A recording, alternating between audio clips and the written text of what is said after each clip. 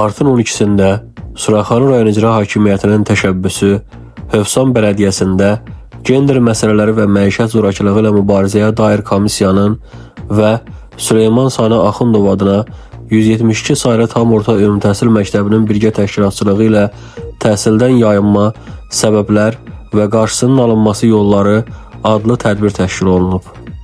Süleyman Sani Axundov adına 172 saylı tam orta ümumi təhsil məktəbində keçirilən tədbirdə Suraxanı rayon icra hakimiyyəti başçısının müavini, rayon icra hakimiyyəti başçısı yanında məişət zorakılığının qarşısının alınması sahəsində monitorinq və əlaqələndirmə qrupunun sədri Könül Axundova, monitorinq və əlaqələndirmə qrupunun üzvləri, rayon polis idarəsinin ictimai təhlükəsizlik şöbəsində yetkinlik yaşına çatmayanlarla profilaktiki işin təşkili bölməsinin rəisi, polis polkovnik leytenantı Əfqan Ağayev, bələdiyyə sədrləri, psixoloqlar, şəhid anaları, məktəb direktorları, müəllim, şagird və valideyn heyəti iştirak ediblər. Ulu Öndər Heydər Əliyevin Azərbaycanın ərazi bütövlüyü, dövlət müstəqilliyi, suverenliyi uğrunda canını fəda etmiş qəhrəman vətən övladlarının əziz xatirəsi bir dəqiqə sükutla yad edilib. Azərbaycan Respublikasının dövlət himni səslənib.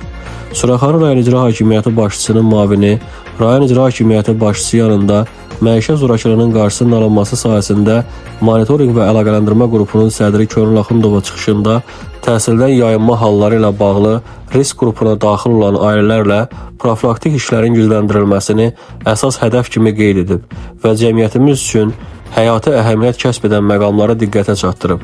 O bildirib ki, təhsildən kənarda qalan hər bir uşaq gələcəkdə məişət zorakılığı və sosial risklərlə qarşılaşma ehtimalı ən yüksək olan fərddir. Bu səbəbdən də monitorinq qrupu tərəfindən şagirdlərin dərsə davamiyyəti ciddi şəkildə izlənir və bu istiqamətdə lazımi tədbirlər görülür. Həmçinin məktəbin direktoru Vəfa Bağırova, psixoloqu Nərgiz Mürvətli, rayon polis idarəsinin ictimai təhlükəsizlik şöbəsində yetkinlik yaşına çatmayanlarla profilaktiki işin təşkili bölməsinin rəisi, polis polkovnik leytenantı Əfqan Ağayev, Hövsan bələdiyyəsinin sədr müavini Faiq Məmmədov çıxış edərək bildiriblər ki, müzakirə olunan mövzu təkcə təhsil sisteminin deyil, birbaşa cəmiyyətimizin gələcəyini, mənəvi sağlamlığını və dövlətimizin milli təhlükəsizliyini maraqlandıran strateji bir məsələdir.